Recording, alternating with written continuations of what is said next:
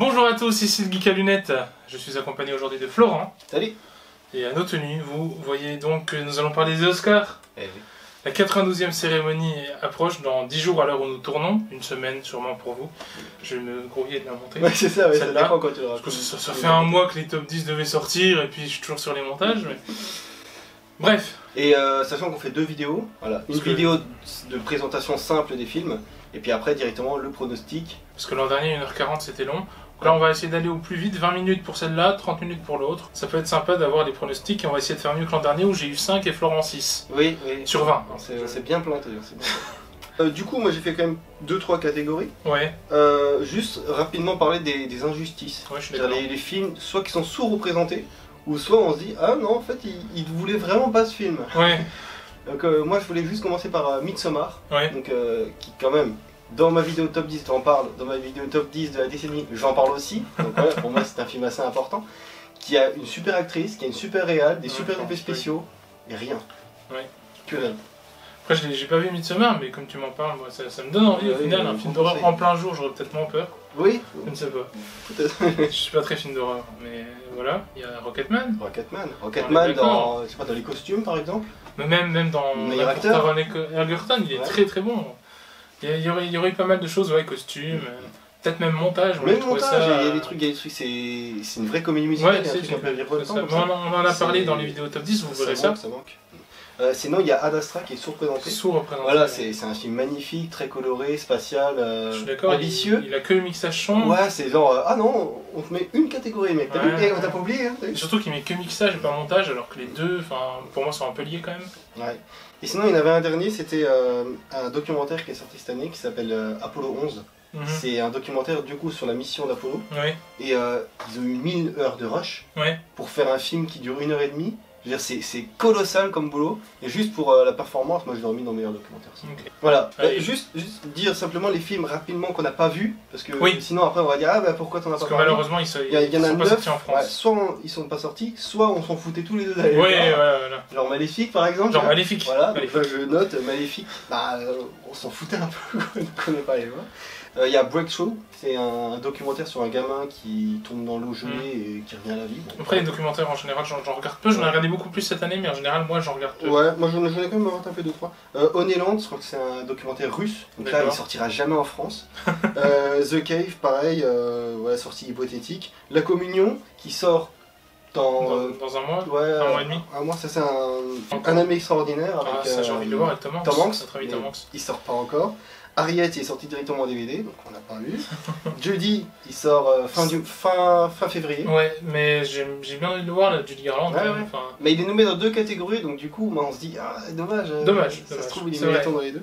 Et le dernier bah, c'est le cas Richard Jewell, le nouveau ouais.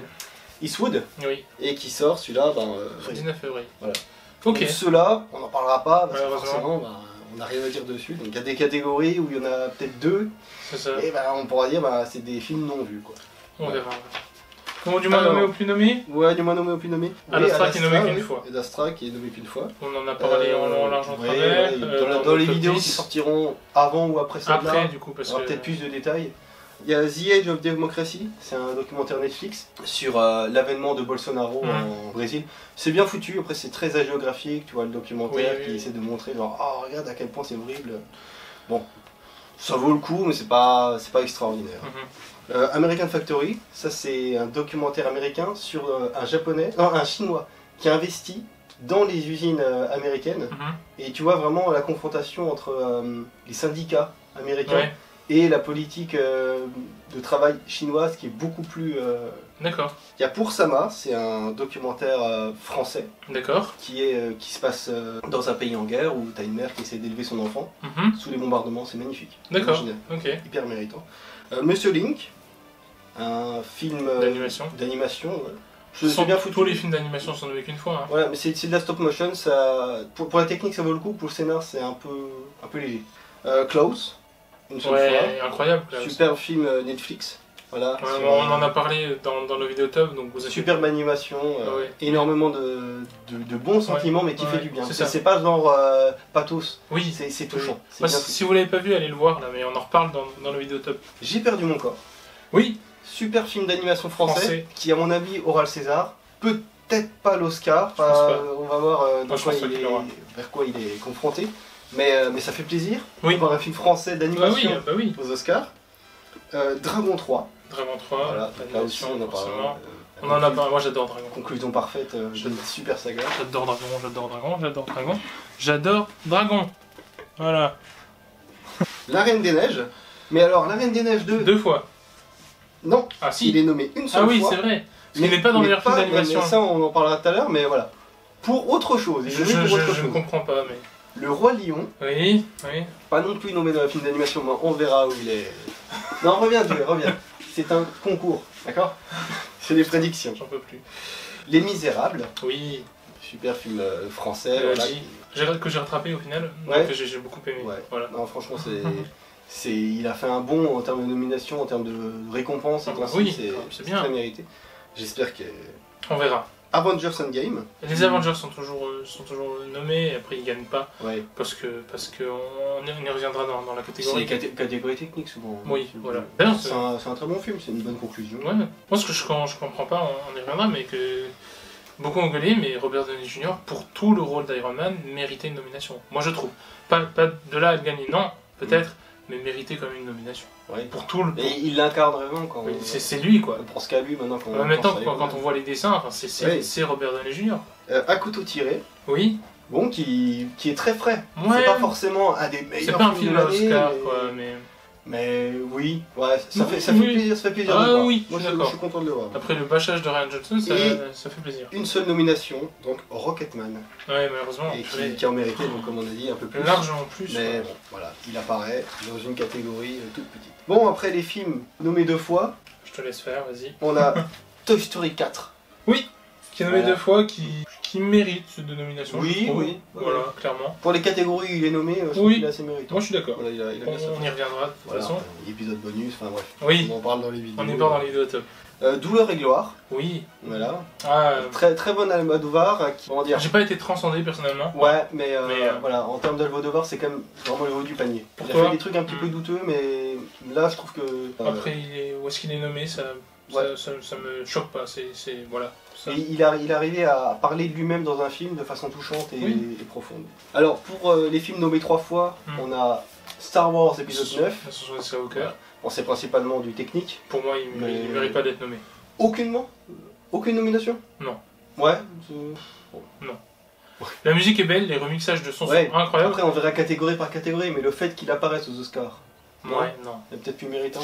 On a Scandale, donc film MeToo de l'année. Moi que j'ai bien aimé, c'est pas exceptionnel, ça ressemble un peu à The Big Short, l'idée de parler d'un événement avec un petit peu de tu m'avais dit. De didactique. Je devais aller le voir, je l'ai pas vu malheureusement, mais de ce que j'en ai entendu, pour moi c'est pas le film le plus féministe qui est nommé aux Oscars. Oui, certainement c'est pas le film le plus féministe, après ça vaut le coup. C'est un film qui est sympa, mais c'est pas un grand film. À la fin, tu dis pas waouh, j'ai vu vraiment un uppercut. Après, je pense que la série qui parle de Fox News avec Russell Crowe, je sais plus comment elle s'appelle, j'aimerais bien la regarder. A l'air beaucoup plus intéressante que Scandale. En tout cas, moi je vous conseille Scandale. Et nominé 3 fois, on a Les Deux Papes. Moi que j'ai trouvé sympa sans plus. Que j'ai bien aimé. Ouais. Du passage de flambeau, d'une certaine façon, entre un pape qui démissionnaire. Et un autre pape qui voulait pas être pape. C'est ça, mais en général c'est ça, c'est dit dans le film, mais c'est dit dans plusieurs œuvres, Game of Thrones également. Someone who doesn't want to be a ruler is the best ruler. Donc en français ça ferait celui qui ne veut pas être un dirigeant serait le meilleur dirigeant, quoi. C'est une doctrine qui est mise en avant et qui je trouve est plutôt vraie, j'ai l'impression. Mais en tout cas pour moi, il mérite d'être nommé pour une scène en particulier au début du film, aux 20-25 minutes, où les deux papes s'engueulent mais d'une force, avec des discours. En fait on peut pas être d'accord avec l'un. Chacun a une position et la défend d'une certaine façon. Quoi. Dans un sens, avec l'époque d'aujourd'hui, on serait plus du côté du pape François, mais en même temps, pour un catholique, pour un chrétien, pour quelqu'un qui est croyant, le pape Benoît XVI n'a pas tort, quoi. C'est le différents points de vue qui se défendent.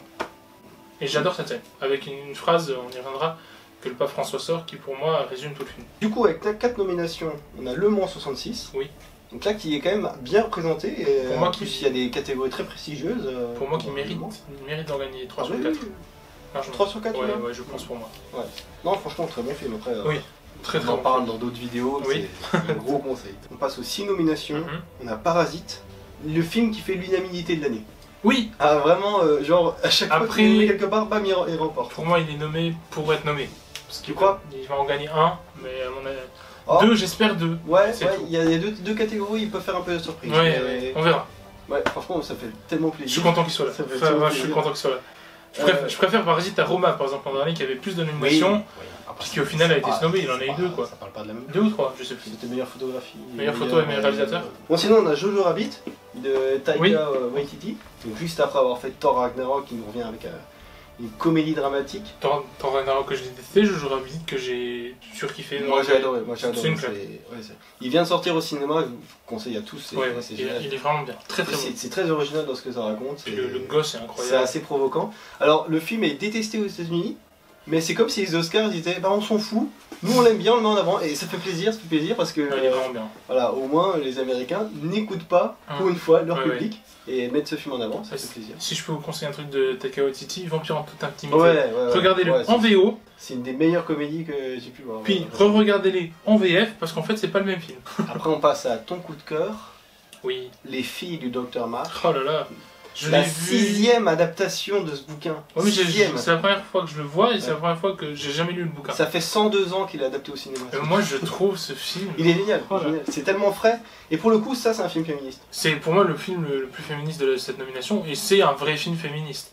Pour moi. Parce que en fait ça appuie pas le propos en fait. C'est ça. On le force pas. Là où c'est normal de pas le forcer en fait. Je comprends pas. C'est un film qui est intelligent, qui est profond, avec des actrices qui sont toutes incroyables. Tout incroyable. Et puis en termes visuels, il y a des scènes qui sont tellement marquantes. Enfin, c'est un film intelligent dans la mise en scène. Avec Timothée Chalamet. Voilà. Vous comprendrez quand vous verrez nos vidéos top parce qu'il est partout. Et puis même les 4 actrices choisies. Oui, bah c'est Zoranon, Florence Pugh. Je ne sais pas quelle est l'actrice qui joue Beth et Emma Watson pour Meg. Beth, je me souviens pas. Laura Dern. Enfin, il y a vraiment des super casts. Et Saul Goodman. Je suis allé voir avec mes parents, je vous dis, un week-end en me disant bon bah il faut le voir parce que c'est les Oscars. Voilà, c'est exactement ça. Moi je suis allé parce qu'il fallait le voir pour les Oscars et à la fin je me suis dit je suis tellement content d'être allé le voir. Ah, c'est ça. Ouais, vraiment.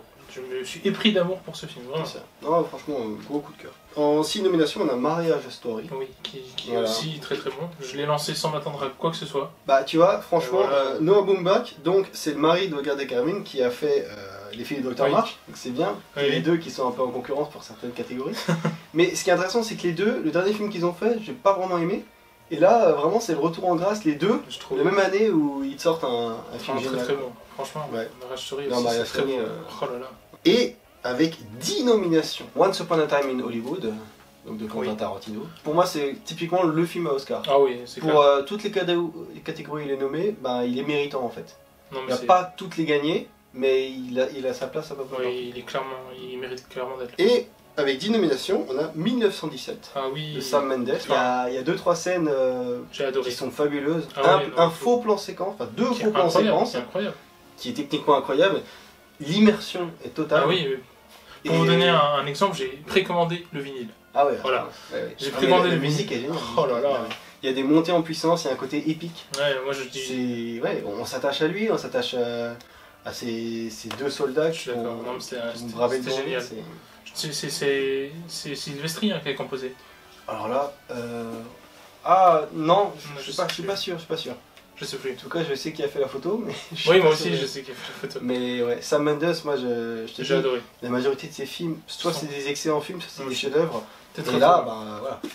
C'était très très bon, 1917. Peut-être qu'il apparaîtra en vidéo dans 11 ou 12 mois. Oui, peut-être. On verra. C'est un peu tôt. On a The Irishman, le retour de Martin Scorsese. Moi j'ai beaucoup aimé. Non, mais c'est très bien même, mais 10 nominations. Surreprésenté, tu trouves que... Il y a certaines catégories où je me dis, bah non mec, c'est pas là qu'il fallait le mettre. Tu verras quand je t'en parlerai, mais...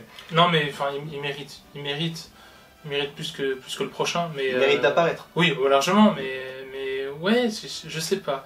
Je pense que je suis pas rentré dans le film en fait. Il y a peut-être d'autres Scorsese que tu préfères largement. Oui, largement. Non mais c'est...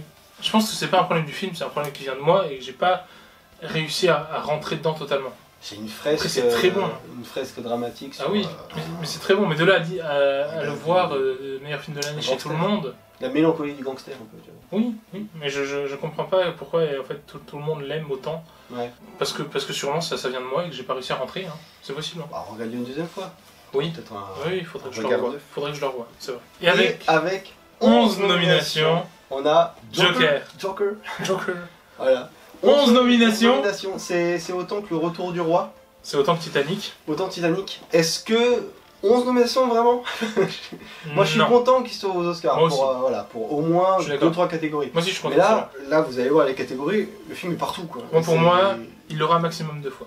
Ouais. Maximum 2 fois. Je ne le vois pas gagner autre part. Je sais plus précisément où je l'ai mis gagnant, mais pas 11 fois quand même. Non, il ne pourra pas rafler à la Titanic ou à la Retour du Roi. Surtout que, comme on l'a dit... C'est un excellent film, hein, mais... Ouais.